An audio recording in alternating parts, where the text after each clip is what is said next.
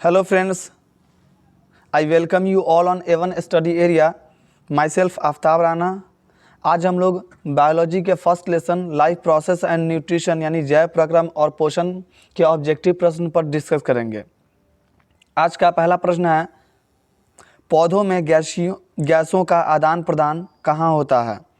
तो देखेंगे हम लोग पौधों में गैसों का आदान प्रदान ऑप्शन नंबर बी या आंसर होगा इसका रंध्र से होता है। नेक्स्ट क्वेश्चन होगा, स्लाइड को सर्वप्रथम कंपाउंड माइक्रोस्कोप से देखा जाता है। तो स्लाइड को सर्वप्रथम देखा जाता है वो 10x है, यानी 10 गुना पर देखा जाता है। और यह कंपाउंड माइक्रोस्कोप ये जो है यह संयुक्त सूक्ष्मदर्शी है। नेक्स्ट क्वेश्चन है अपना क्वेश्चन नंबर 3, रक्त का कौन से अवयव घायल स्थान से रक्तस्राव के मार्ग को रक्त का थक्का बनाकर अवरुद्ध करता है? अवरुद्ध अर्थात रोकता है। उसका जो जैसे रक्त अगर ये बह रहा है तो उसके मार्ग को अवरुद्ध कर देना, यानी बीच से इसका कनेक्शन काट देना। तो इसका आंसर होगा ऑप्शन नंबर डी यानी लिम्फ।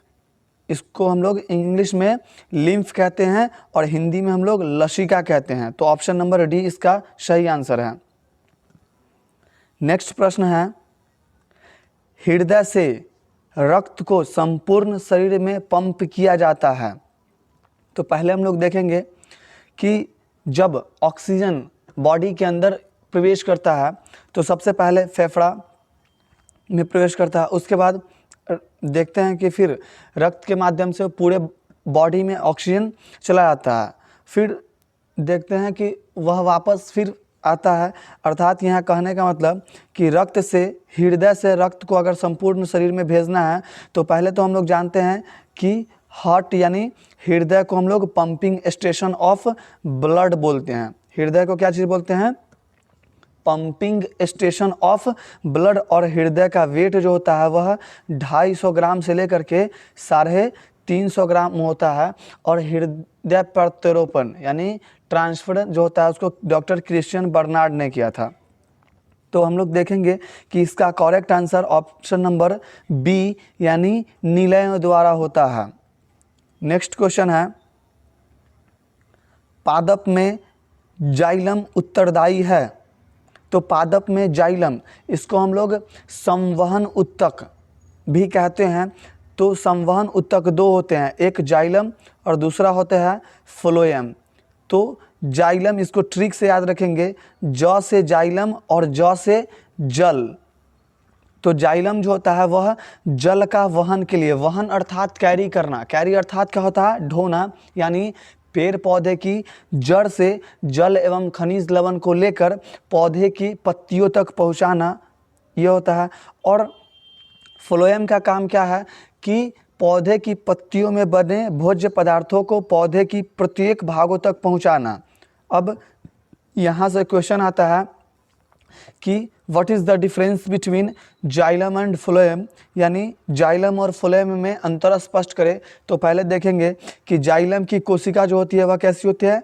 मृत। और फ्लोएम की कोशिका कैसी होती है? जीवित होती है। जाइलम जल को वहन करने का काम यानी जल को ढोने का काम करता है, जबकि फ्लोएम जो है वह पेड़ पौधे की पत्तियों में बने भोज्य पदार्थों को पौधे की प्रत्येक भागों तक पहुंचाने का कार्य करती है। तो फ से फ्लोएम और फ से फूड अर्थात भोजन। और देखेंगे जाइलम की कोशिका जो जाइलम जो होती है वह एक दिशीय होती है, अर्थात वह जल नीचे से लेकर पौधे की पत्तियों तक पहुंचा देती है, जबकि फ्लोएम जो होती है वह बहुदिशीय या इसको द्विदिशीय भी कह सकते हैं, क्योंकि पेड़ पौधे की पत्तियों में भोजन बनने के पश्चात वह पौधे की प्रत्येक कोशिका तक पहुंचाता, पौधे की प्रत्येक भागों तक पहुंचाता है। तो यहाँ हो गया हमारा ऑप्शन नंबर ए जाइलम, और फ्लोएम होता तो फ्लोएम के लिए ऑप्शन हो जाता option number B. Next question है हमारा, निम्नलिखित में से किसे कोशिका का ऊर्जा मुद्रा के रूप में जाना जाता है? इसका आंसर होगा एटीपी, और एटीपी का फुल फॉर्म होता है एडिनोसिन ट्राइफॉस्फेट। एटीपी को हम लोग ऊर्जा मुद्रा कहते हैं। नेक्स्ट क्वेश्चन है, आहार नाल का सबसे लंबा भाग है। तो आहार नाल का सबसे लंबा भाग पहले देखते हैं, एलिमेंट्री कैनाल, या इसको हम लोग फूड पाइप भी कहते हैं। इसका दूसरा नाम होता है फूड पाइप या एलिमेंट्री कैनाल। एलिमेंट्री कैनाल की अगर लेंथ यानी लंबाई देखते हैं तो 8 से 10 मीटर या लगभग 30 फीट इसकी लंबाई होती है। 30 फीट की लंबाई में 6 से 8 मीटर तक की लंबाई का छोटी आंत होती है। तो यह आहार नाल का सबसे लंबा भाग हो जाता है। इसलिए ऑप्शन नंबर बी मेरा सही होगा। आहार नाल का सबसे लंबा भाग जो होता है वह छोटी आंत होता है। नेक्स्ट क्वेश्चन है, स्वपोषी पोषण के लिए आवश्यक है। तो स्वपोषी पोषण, जब हम लोग न्यूट्रिशन देखते हैं यानी पोषण, तो पोषण 2 टाइप्स के होते हैं, ऑटोट्रॉफिक और दूसरा होता है heterotrophic. Trophic, autotrophic and heterotrophic, that's a word is a Greek word and it takes from Greek word that is auto means self and troph means nutrition. Also hetero means other and troph means nutrition. Self means स्वयं अर्थात खुद, यानी जो अपना भोजन स्वयं संश्लेषित करता है, स्वयं बनाता है, उसे हम लोग स्वपोषी कहते हैं या स्वपोषण पोषी कहते हैं। तो हम लोग देखेंगे कि भोजन बनाने के लिए क्या क्या आवश्यक है। तो पहले कार्बन डाइऑक्साइड, जो कि हमारे वायुमंडल में 0.03% पाया जाता है। उसके बाद ये हमारा क्या है, chlorophyll. Chlorophyll is a mixture of chlorophyll A and chlorophyll B. There are 4 types of chlorophyll pigment. Chlorophyll के 4 वर्णक होते हैं, chlorophyll A, chlorophyll B, third one is xanthophyll and fourth one is carotene. तो chlorophyll जो होता है वो हमारा क्लोरोफिल ए और क्लोरोफिल का क्या है, मिक्सचर है। तो क्लोरोफिल भी हो जाएगा। उसके बाद क्या है, सनलाइट यानी सूर्य प्रकाश। तो इसका आंसर हो जाएगा ऑप्शन नंबर डी, सभी। नेक्स्ट क्वेश्चन है, ऑक्सिन है। ऑक्सिन क्या है? तो ऑक्सिन पहले हम लोग देखेंगे, यह लेसन 5वां नियंत्रण एवं समन्वय में क्या है कि ऑक्सिन, यह पहले देखेंगे इसको ब्रॉडली वे में कि यह एक प्रकार का पादप हार्मोन है। यह क्या एक प्रकार का पादप हार्मोन। तो पादप हार्मोन, इसी को हम लोग फाइटो हार्मोन बोलते हैं। पादप हार्मोन को हम लोग फाइटो हार्मोन यानी पादप में पाए जाने वाले हार्मोन को पादप हार्मोन या फाइटो हार्मोन कहते हैं। और पादप हार्मोन 5 प्रकार के होते हैं। कौन कौन होते हैं? जिब्रेलिन्स, साइटोकाइनिन,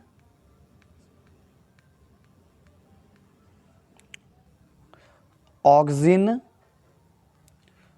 ऑक्सिन या इसको ऑक्सिन भी कहते हैं, इंग्लिश में होता है AUXIN, ऑक्सिन 3 मेंशन कर लीजिए। चौथा होता है आपका ABA यानी एबिसिसिक अम्ल, और 5वां होता है एथिलीन। अब तो आपको पता चल गया कि ऑक्सिन क्या है, एक प्रकार का हार्मोन है। और इसी में से देखते हैं, क्वेश्चन पूछता है कि निम्नलिखित में से कौन सा हार्मोन फल पकाने वाला हार्मोन होता है? तो वह एथिलीन हार्मोन होता है और यह गैसीय अवस्था में पाया जाने वाला हार्मोन है। तो इसका आंसर हो जाएगा ऑप्शन नंबर सी। नेक्स्ट प्रश्न है, द्विखंडन होता है। तो द्विखंडन यानी अर्थात आप समझते हैं कि विखंडन जिसको हम लोग बोलते हैं फ्यूजन, जनन में पढ़ना है विखंडन, उसी में है विखंडन। 2 प्रकार के होते हैं, द्विखंडन और बहुखंडन। द्विखंडन अर्थात कि when a one mature parent cell is divided into 2 daughter cells, that is known as binary fission। यानी जब एक परिपक्व मातृ कोशिका अपने शरीर को दो पुत्री कोशिका में विभाजित कर लेता है, इसको ही हम लोग क्या बोलते हैं, द्विखंडन बोलते हैं। तो द्विखंडन किस में होता है, द्विखंडन जो होता है वह आपका अमीबा, इनमें से सभी नहीं होगा, इसका आंसर जो होगा वो आपका केवल किस में होगा, अमीबा में। पैरामीशियम में बहुखंडन होता है। नेक्स्ट क्वेश्चन है आपका, इथाइल अल्कोहल किस प्रकार के श्वसन में बनता है। तो इथाइल अल्कोहल श्वसन के दो टाइप, एक वायवीय श्वसन और दूसरा अवायवीय श्वसन। यानी एक जो आपकी ऑक्सीजन की उपस्थिति में होता है और दूसरा जो आपकी ऑक्सीजन की अनुपस्थिति में होता है।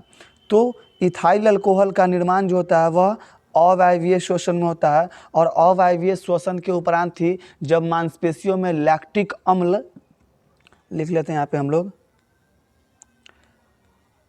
लैक्टिक अम्ल का जब संचयन होता है तो मांसपेशियों में दर्द या ऐंठन होने लगता है। नेक्स्ट प्रश्न है, प्रकाश संश्लेषण होता है। तो प्रकाश संश्लेषण देखेंगे कि किसमें किसमें होता है। पहले तो देखेंगे कि सभी हरे पौधों में, सभी हरे पौधों में क्या होते हैं, प्रकाश संश्लेषण होते हैं।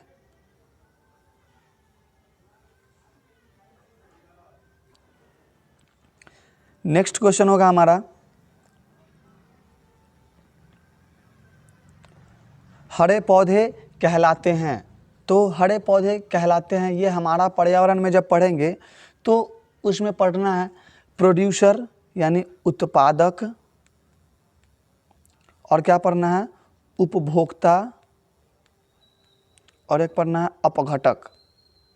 ये अप है, अपघटक, यानी पारिस्थितिकी तंत्र के मुख्य तीन भाग, उत्पादक, उपभोक्ता और कौन सा, अपघटक।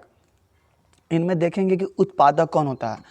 तो सभी हरे पेड़ पौधे जो होते हैं वह हमारे क्या होते हैं, उत्पादक होते हैं, क्योंकि ये अपना भोजन का संश्लेषण स्वयं करते हैं। अर्थात हम कह सकते हैं कि सभी स्वपोषी क्या होते हैं, उत्पादक होते हैं, क्योंकि ये अपना भोजन स्वयं बनाते हैं। तो सभी हरे पेड़ पौधे क्या होते हैं, उत्पादक होते हैं, यानी उत्पादक कहलाते हैं। इसका आंसर ऑप्शन नंबर ए। उत्पादक को भक्षण करने वाला अपघटक, और अपघटक को भक्षण करने वाला उपभोक्ता, या उपभोक्ता इन दोनों का भी अपघटन कर सकता है। नेक्स्ट प्रश्न देखेंगे, प्रकाश संश्लेषण क्रिया में ऑक्सीजन बाहर निकलता है। तो जब फोटोसिंथेसिस यानी प्रकाश संश्लेषण जब प्रक्रिया होती है, तो प्रकाश संश्लेषण प्रक्रिया में ऑक्सीजन जो होता है वह बाहर, अब पहले देख लीजिए ऑप्शन में क्या है, जल, CO2, ग्लूकोज और डिक्टियोसोम।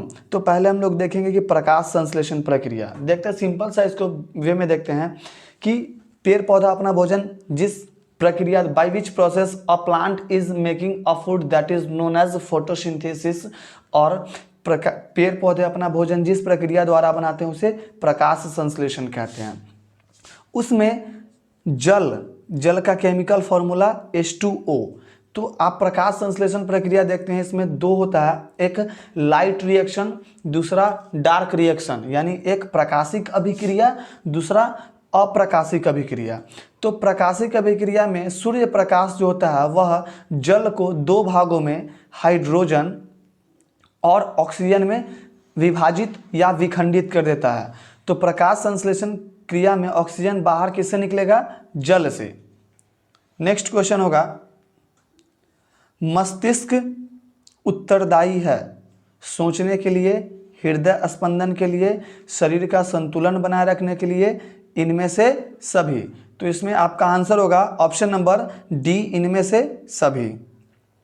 नेक्स्ट है, मैग्नीशियम पाया जाता है।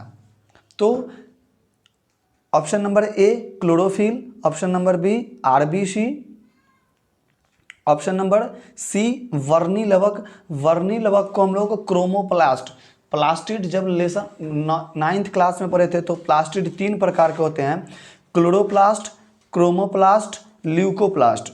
इसी क्रोमोप्लास्ट को हम लोग वर्णी लवक कहते हैं, जिसके आधार पे पेड़ पौधे के बीजों अथवा फूलों के रंग का निर्धारण होता है, डिटर्मिनेशन होता है। फिर है श्वेत रक्त कणिका यानी WBC। तो मैग्नीशियम जो है वह आपका क्लोरोफिल में पाया जाता है और इसका संकेत Mg और इसका एटॉमिक नंबर 12 होता है। नेक्स्ट क्वेश्चन है वृक्क यानी किडनी एक भाग है, तो किडनी किसका भाग है? तो किडनी जो है वह उत्सर्जन का भाग है। तो आपसे पूछा जाता है कि उत्सर्जन के एक प्रमुख अंग का नाम, तो आपका किडनी हो जाएगा। नेक्स्ट क्वेश्चन है पौधों में श्वसन क्रिया के अंतर्गत ADP के टूटने से कितनी ऊर्जा मुक्त होती है? तो इसका आंसर हो जाएगा आपका ऑप्शन नंबर C यानी 3.5 किलो जूल प्रति मोल।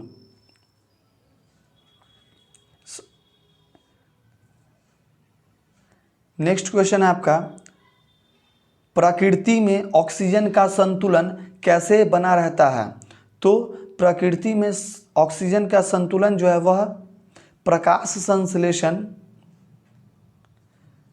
द्वारा बना होता है, क्योंकि प्रकाश संश्लेषण प्रक्रिया के दौरान 60% ऑक्सीजन का निर्माण होता है और ये 60% डेटा जो है वह लगभग के रेशियो में आता है।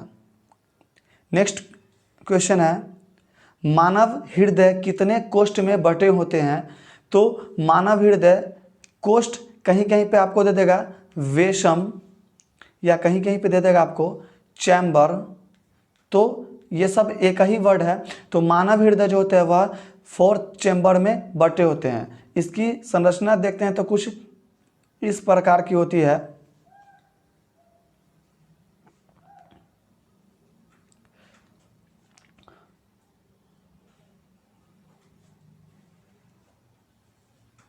इसकी संरचना जब इसमें देखेंगे हम लोग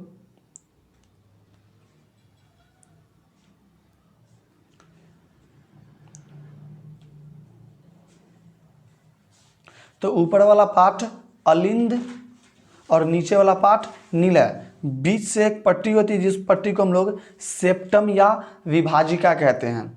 तो ये आपका दायां अलिंद, ये बायां अलिंद, ये दायां निलय, ये बायां निलय। तो मानव हृदय जो होते हैं वह 4 चेम्बर में बटे होते हैं। आज के लिए इतना ही प्रश्न, फिर हम लोग कल एक नेक्स्ट वीडियो में मिलेंगे। अगर यह वीडियो आपको अच्छा लगा हो तो चैनल को सब्सक्राइब कर बेल आइकन दबा दीजिएगा, क्योंकि आज से अब मैट्रिक के सभी प्रश्न पत्रों का हल किया जाएगा। धन्यवाद, आपका दिन शुभ हो, शुभ रात्रि।